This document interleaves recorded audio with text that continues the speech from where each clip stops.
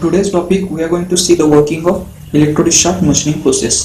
The major components are tool electrode and workpiece, dielectric fluid, electrical power supply with spark generator circuit and servo motor.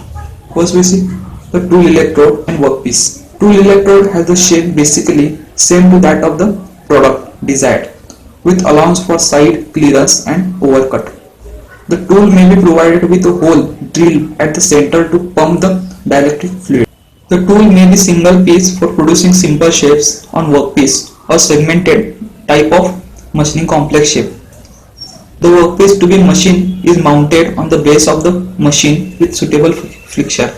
The workpiece is connected to positive terminal of the DC supply. Next is a dielectric fluid. Dielectric fluid is a spark conductor, coolant and also a flushing medium. The common dielectric fluid used are paraffin oil, transformer oil and kerosene. Dielectric fluid is stored in tank and circulated through a pump with help of nozzle at gap between tool and workpiece. Next is the electrical power supply and spark generator. Here the spark generator is a circuit consists of RC combination.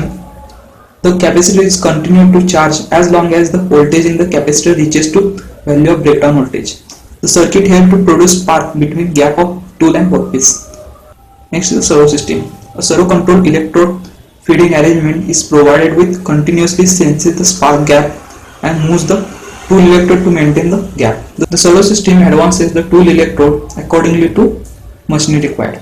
The tool feed control prevents two large gaps which may prevent the formation of sparks, short circuits which will damage both tool and the workpiece. The servo system works electromechanically or hydraulically.